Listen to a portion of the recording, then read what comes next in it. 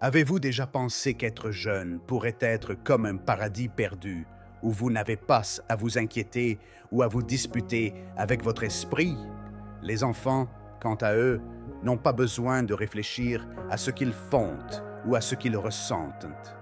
On a l'impression que vous ne pouvez pas vous approcher d'eux parce qu'ils font quelque chose de si pur et de si naturel. Les gens pensent souvent que l'âge de la connaissance de l'enfant est une période où les choses sont faciles et où les enfants n'ont pas à faire les choix difficiles qui viennent avec la croissance. Comment cela se produit-il? Pendant l'adolescence, que se passe-t-il pour un enfant? Jung l'a appelé le passage au stade de la jeunesse. C'est là que se trouve la vérité. L'ego était auparavant un centre faible et généralement inoffensif. Les couches conscientes et inconscientes commencent à se séparer au fur et à mesure qu'ils se renforcent. À l'adolescence, l'ego est souvent très dispersé. Cela peut provoquer une grande tension intérieure lorsque les objectifs conscients et les pulsions inconscientes sont en contradiction les uns avec les autres. Vous arrive-t-il de vouloir retourner dans votre enfance quand les choses semblent plus faciles, mais que vous savez aussi que vous avez besoin d'aller de l'avant, de grandir et d'en faire plus dans votre vie? Le garçon éternel ou puer aeternus est ce que Jung appelle la personne qui veut grandir, mais qui s'ennuie d'être bête. Cette image nous empêche de devenir indépendants, en nous faisant dépendre des autres comme des enfants. N'hésitez pas à me faire savoir si cela vous a touché. Voyons comment gérer ces règles privées. Les personnes qui portent le puer aeternus sont censées vouloir rester jeunes pour toujours ou s'accrocher au bon moment de leur jeunesse. Les personnes qui éprouvent des sentiments à l'égard de leur jeunesse ou qui veulent y retourner d'une manière ou d'une autre manifestent ce trait de personnalité dans leur comportement. Le puer aeternus, également appelé syndrome de Peter Pan, est un état difficile qui rend très difficile l'intégration de nouvelles personnes, comme le souligne la thérapeute analytique Marie-Louise von Franz. Souvent, les personnes atteintes de ce syndrome pensent peut-être que le monde devrait changer pour s'adapter à elles, et non l'inverse. Tant que ces personnes vivent, tout est un « mais », une raison de ne pas aller jusqu'au bout. Pensez, quelque chose ou quelqu'un de merveilleux apparaîtra au bon moment et leur donnera leur chance. L'amitié et le travail ne fonctionnent pas toujours bien. Lorsque les gens recherchent un avenir parfait, ils ne font rien et leurs rêves inassouvis prennent la place. Ils remettent toujours les choses à plus tard parce qu'ils ne veulent pas regarder la vérité en face et voir comment les choses sont réellement dans le monde, et pas seulement comment ils pensent qu'elles devraient en être. S'efforcer de rester dans un état d'esprit où tout semble meilleur que ce qu'il est en réalité vous rend somnolent et éloigné du monde réel.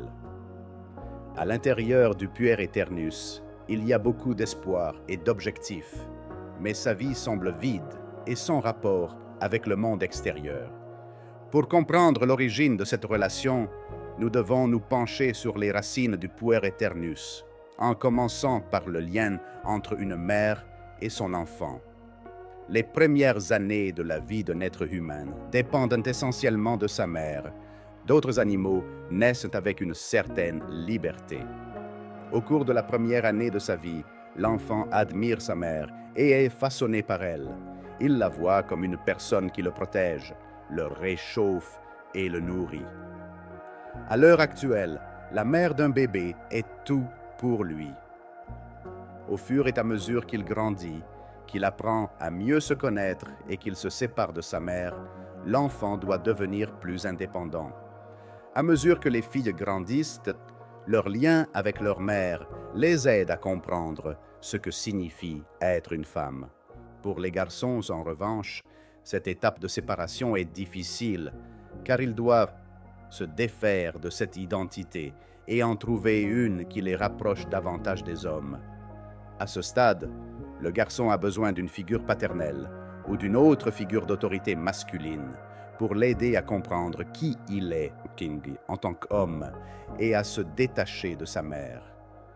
Le complexe maternel se manifeste souvent chez les garçons qui n'ont pas de véritable figure paternelle ou qui n'ont pas l'impression que les hommes qui les entourent leur donnent l'identité dont ils ont besoin pour se construire. Lorsqu'une mère élève seule son enfant, elle fait souvent des choses que le père devrait faire.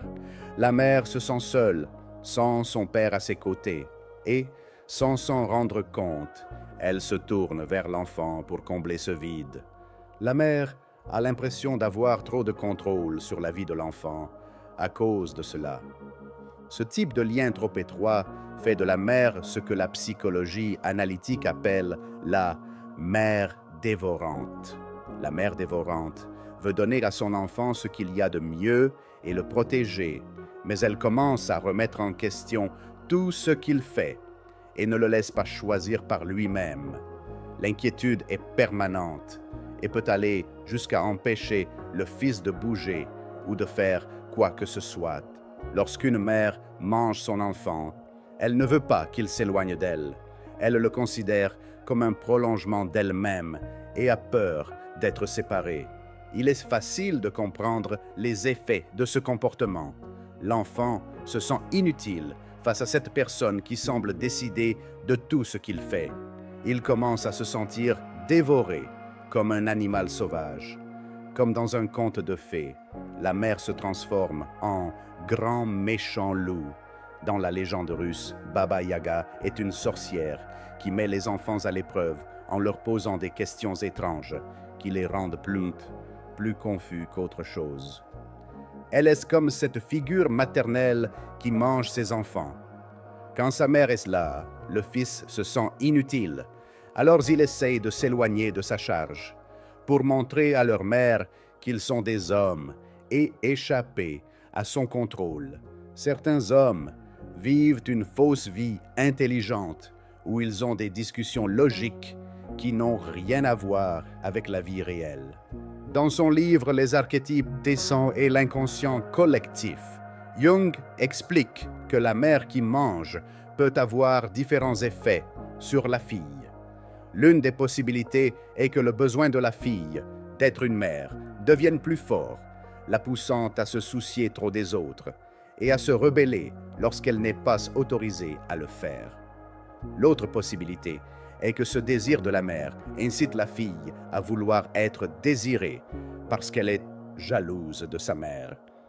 Elle peut rechercher l'amour dans les relations, mais seulement en surface, parce qu'elle veut se sentir aimée et renforcer son ego. Elle trouvera la prochaine personne avec qui elle veut être rapidement, après avoir obtenu ce qu'elle veut. Cela peut aussi se manifester par une fille qui s'identifie si fortement à sa mère qu'elle cesse d'être féminine et vit plutôt dans l'ombre de la figure maternelle. Elle se tient à l'écart des situations qui l'impliquent parce qu'elle se sent mal dans sa peau lorsqu'elle pense à son rôle de parent. Ils se sentent mal lorsqu'ils pensent à leur rôle de parent. Ils se sentent mal lorsqu'ils pensent à leur proximité avec les autres et à leur besoin d'être aimés. C'est comme s'ils ne pouvaient pas comprendre ou étaient effrayés par tout ce que la mère traverse. La femme décide d'utiliser sa mère comme moyen de défense. Les gens peuvent voir tout ce qu'ils veulent en elle parce qu'elle est si vide. Cela la rend facile à contrôler. Dans un sens plus large, l'esprit de Pur Eternus est toujours en train de penser à ce qui pourrait arriver, même lorsqu'il rêve. Sa vie entière n'est qu'une succession de points de vue différents. Sa compagne Marie-Louise Monfrance dit qu'il est dans un échange éternel.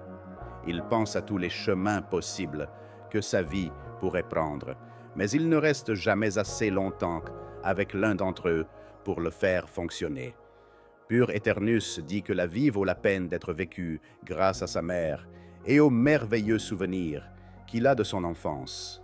Cela l'amène à penser sans cesse à tout ce qu'il y a de mauvais chez les gens, dans tout ce qu'il fait, dans toutes ses relations et dans tous ses emplois.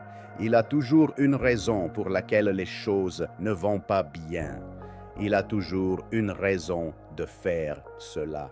En d'autres termes, le complexe maternel de Puréternus a fait de lui un optimiste qui n'est pas à l'aise dans le monde réel. Il perd sa vie réelle parce qu'il est trop concentré sur l'idéal. Pour se perdre, Puréternus fuit ce qu'il doit voir, c'est-à-dire sa position. C'est parce qu'il a peur de s'engager dans quoi que ce soit. Ce à quoi nous sommes confrontés et les choses qui nous arrivent s'appellent des situations. Ce sont aussi des choses qui nous sont proches et qui peuvent nous aider à gérer les problèmes qui surviennent en raison de la situation actuelle. Les choses vont empirer pour le Puréternus parce qu'il ne veut pas s'impliquer et qu'il n'est là que pour peu de temps. Toutes les femmes qu'il rencontre se transforment en mères dévoreuses à cause de lui, ou bien elles voudront le pouvoir à tout prix et marcheront sur tous les hommes. La pièce d'Ibsen, Peer Gynt, raconte l'histoire d'un homme qui incite toutes les femmes qu'il rencontre à tuer leur mère. Il est clair que Peer Gynt, le garçon, veut deux choses importantes dans cette histoire. Afin de s'éloigner de sa mère, l'un de ses désirs est d'être aimé par les femmes. Cependant, l'autre désir va à l'encontre de celui-ci.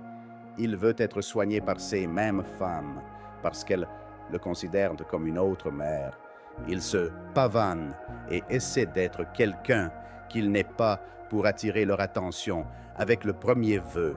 Lorsqu'il y parvient, il obtient un vœu plus important que le premier.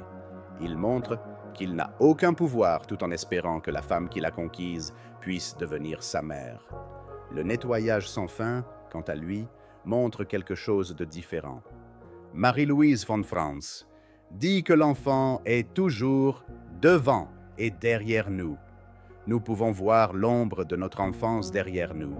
Elle montre à quel point nous étions puérils, dépendants, paresseux, peu sérieux et effrayés par les choses que nous devions faire quand nous étions enfants. Ces choses nous rattachent à des problèmes que nous aurions dû être capables de résoudre dans le passé et nous y maintiennent. Mais l'enfant représente la renaissance, la chance de repartir à zéro et de voir le monde avec des yeux neufs et ouverts, comme si la vie était un voyage qui ne s'arrête jamais. Nous vivons une époque très créative. Il est difficile de faire la différence entre les envies qui nous font avancer et celles qui nous font reculer. Quelque chose qui nous fait nous sentir comme un enfant peut être une chance de grandir. Nous devons trouver comment faire la différence entre un retour en arrière et une véritable chance de grandir.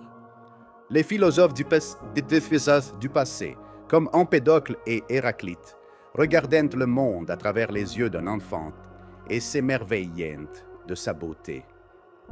Ils ont montré ce qu'était le Puréternus dans toute sa splendeur. Pour être honnête, cette image est de moins en moins claire à mesure que la science et la raison froide prennent le dessus et tuent la magie de la vie. Les philosophes du passé ne semblent plus aussi intéressants qu'avant. Avec tout ce qui se passe dans la vie moderne, la jeunesse sans fin, avec sa spontanéité et son énergie, semble plus éloignée aujourd'hui. Jung a répondu que la seule façon de sortir du piège du Puréternus est de prendre ses responsabilités. Il pensait que se donner entièrement à un travail ou à un objectif plus grand était le seul moyen de devenir vraiment adulte. Viktor Frankl ajoute à ce point de vue que nous pouvons éviter le néant spirituel en donnant un sens à notre vie. Rollo May, quant à lui, affirme que nous devons être forts et faire face à nos problèmes. Tous ces penseurs nous enseignent la même chose. Nous ne pouvons grandir qu'en accomplissant notre travail. Mais c'est difficile pour le puer aeternus. Il veut tellement rester jeune pour toujours qu'il évite de faire des promesses qui pourraient nécessiter du travail ou des efforts. Pour qu'il puisse changer d'avis, il faut que quelque chose de très grave se produise. La thérapie peut être très utile pour les personnes qui sont trop jeunes pour faire face seules aux problèmes de la vie. Beaucoup de gens pensent que l'enfance est la meilleure période de leur vie, mais ce n'est pas le cas. À l'âge adulte, nous pouvons souhaiter que notre enfance ait été différente, mais nous ne pouvons jamais être sûrs qu'elle n'a pas été géniale. Être profondément inconscient comme un enfant n'est pas la même chose qu'être libre. Pour être vraiment libre, il faut être capable de connaître à la fois la douleur et le bonheur. Le combat entre notre moi enfantin et notre moi adulte est une chance de grandir, même si c'est douloureux.